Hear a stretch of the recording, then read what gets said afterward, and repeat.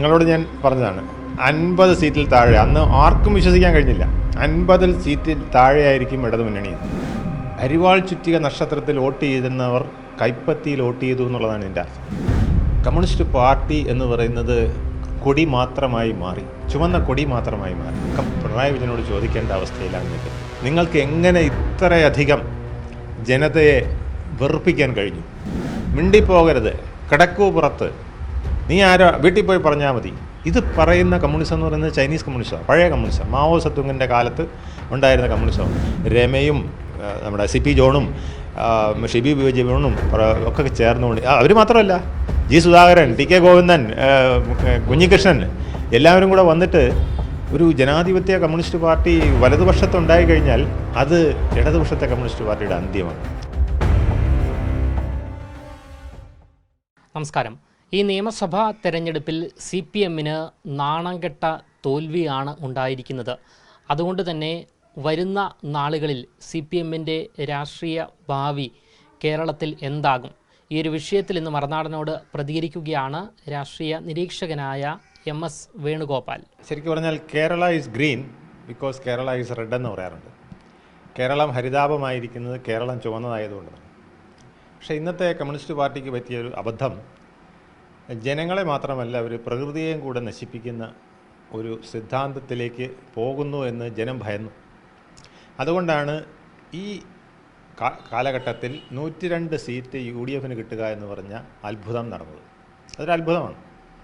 ഞാൻ ഒരു കാര്യം പ്രവചിച്ചിരുന്നു. ഞാൻ പറഞ്ഞു 50 സീറ്റ്, നിങ്ങളോട് ഞാൻ പറഞ്ഞതാണ്, 50 സീറ്റിൽ താഴെ. അന്ന് ആർക്കും വിശ്വസിക്കാൻ കഴിഞ്ഞില്ല. 50 സീറ്റിൽ താഴെയായിരിക്കും ഇടതുമുന്നണി. അതിനേക്കാൾ താഴെ പോയി, 15 സീറ്റും കൂടെ താഴെ പോയി. ഞാൻ ഒരിക്കലും പ്രതീക്ഷിച്ചില്ല ഇത്ര വലിയൊരു പതനം.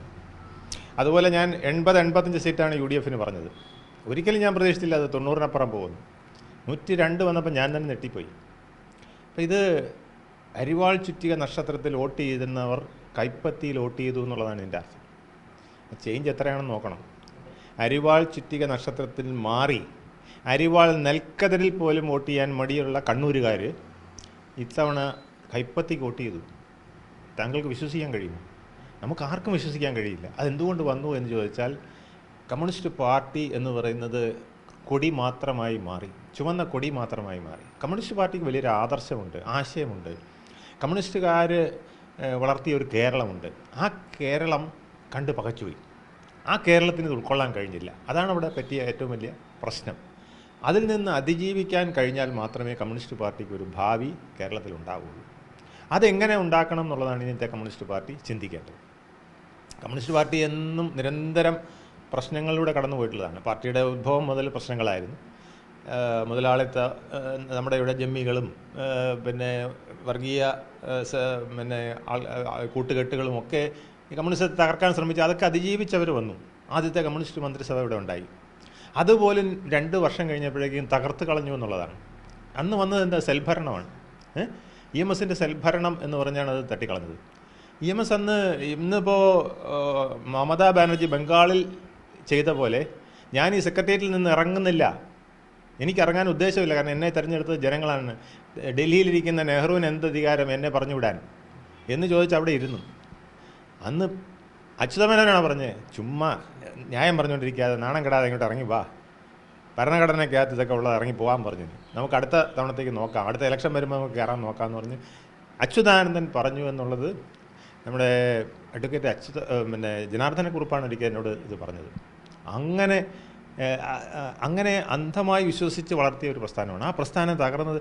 എന്നിട്ട് ജവഹർലാൽ നെഹ്റുവിനെ EMS ഫോൺ വിളിച്ച് ചോദിച്ചു, നിങ്ങൾക്ക് എന്താ അവകാശം ഞങ്ങൾക്ക് ഭൂരിപക്ഷമുള്ള ഈ സർക്കാരിനെ പിരിച്ചുവിടാൻ? ആർട്ടിക്കിൾ 365 വെച്ചിട്ട് നിങ്ങൾക്ക് എങ്ങനെ പിരിച്ചുവിടാൻ കഴിയും? ഞങ്ങളിവിടെ വേറൊന്നും ചെയ്തിട്ടില്ല. അപ്പോൾ അദ്ദേഹം പറഞ്ഞത്, within a short span of time how could you antagonise such a large number of people?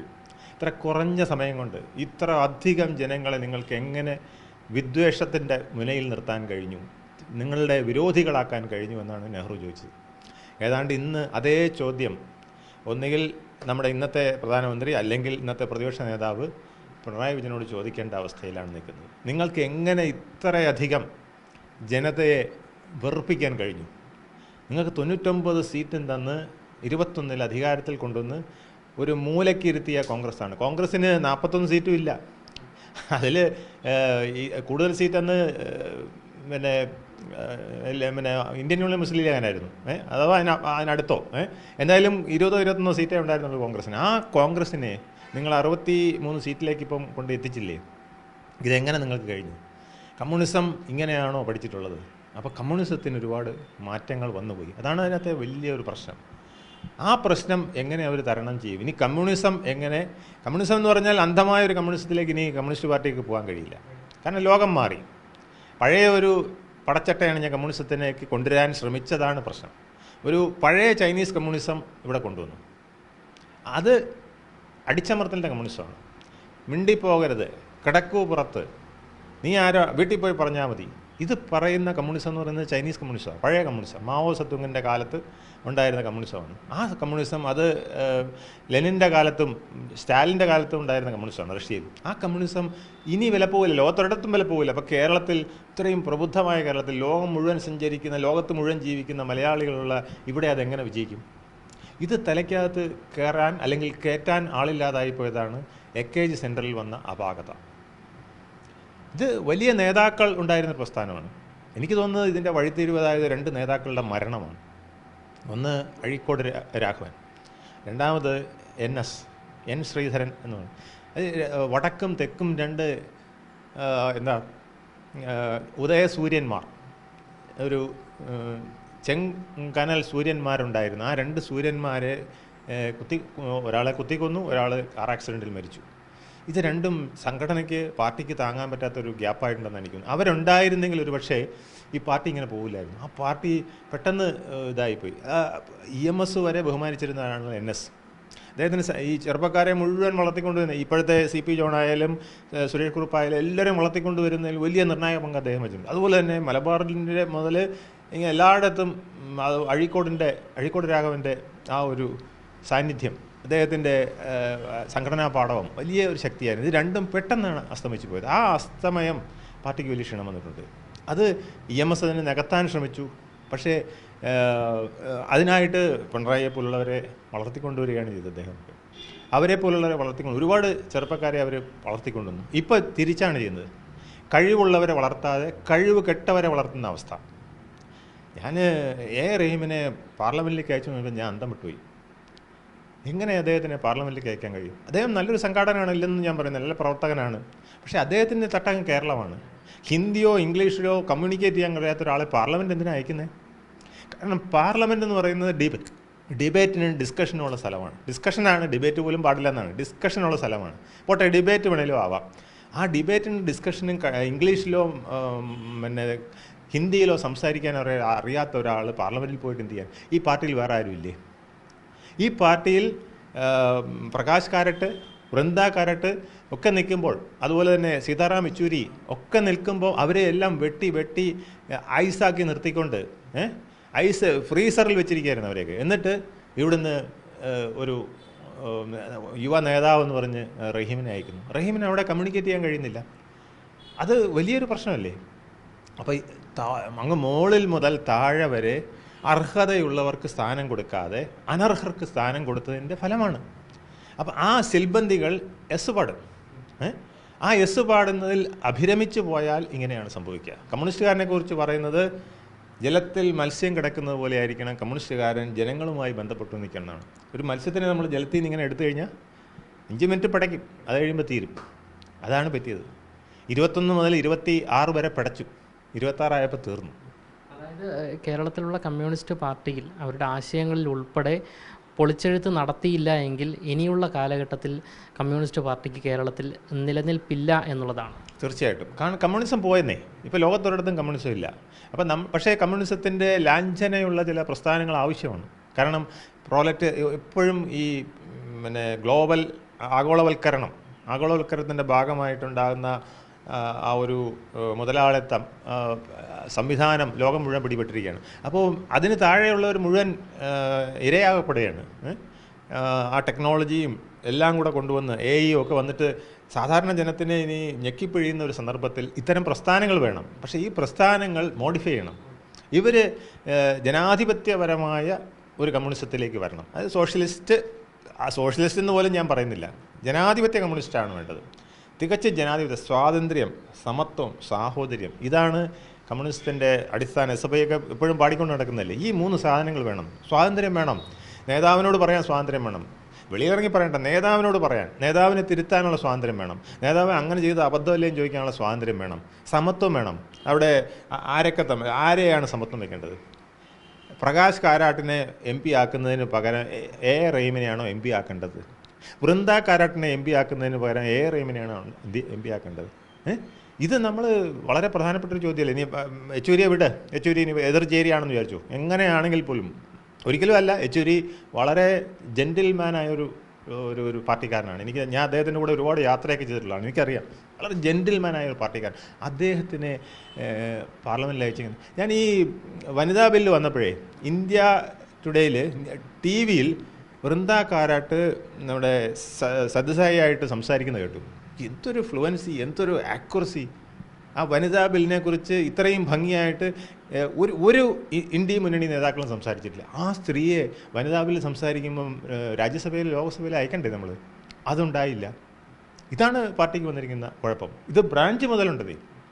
ഇവിടുത്തെ ഒരു ഏരിയ സെക്രട്ടറി കരഞ്ഞുകൊണ്ട് എൻ്റെ അടുത്ത് പറയാൻ, വേണു പോലെ നിങ്ങൾക്കറിയാമല്ലോ, ഞാൻ 40 വർഷമായിട്ട്, കാരണം ഞങ്ങളെല്ലാം ഒന്നിച്ച് കളിച്ചു വളർന്നവരാണ്, എന്നെ വേണമെന്ന് വിളിക്കാനും എടാന്ന് വിളിക്കാനും സ്വാതന്ത്ര്യമുള്ള ആളാണ്.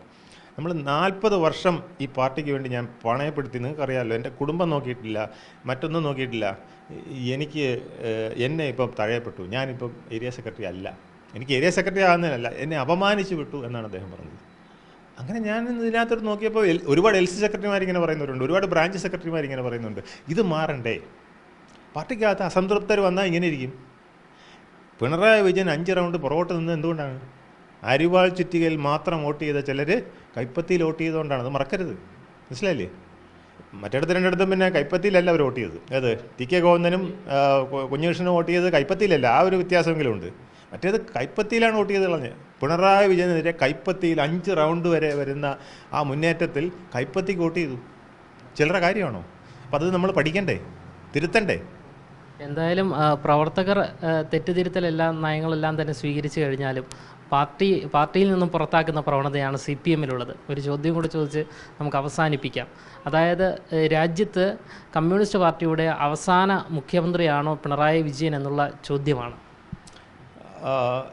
എന്ന് ഞാൻ കരുതുന്നില്ല. കാരണം കമ്മ്യൂണിസ്റ്റ് പാർട്ടിയുടെ രൂപവും ഭാവവും മാറിയാൽ കമ്മ്യൂണിസത്തിന് കേരളത്തിൽ പ്രസക്തിയുണ്ട്, കേരളത്തിൽ നിലനിൽക്കാൻ കഴിയും. കാരണം കേരളത്തിൽ നമ്മൾ ബംഗാൾ പോലെയും പോലെയല്ല. ബംഗാളിൽ 70% ഹിന്ദുക്കളുള്ള ഒരു സ്ഥലമാണ്. അവിടെ BJPക്ക് വളരെ സ്പേസ് ഉണ്ട്.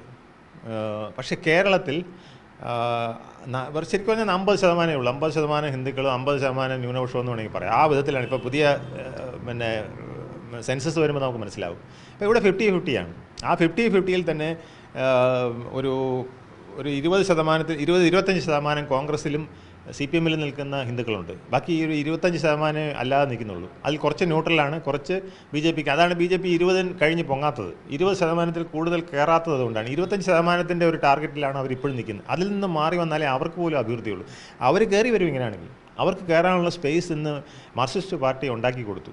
അതിൽ നിന്ന് മാറി താങ്കൾ പറഞ്ഞ പോലെ ഒരു കമ്മ്യൂണിസ്റ്റ് മുഖഭാവമുള്ളൊരു മുഖ്യമന്ത്രിയെങ്കിലും വരണമെങ്കിൽ കമ്മ്യൂണിസം ഉടച്ചു വാർക്കണം. ഞാൻ പറയുന്നത് ഇപ്പം CPI-യും CPM-ഉം ലയിക്കേണ്ട സമയമായി.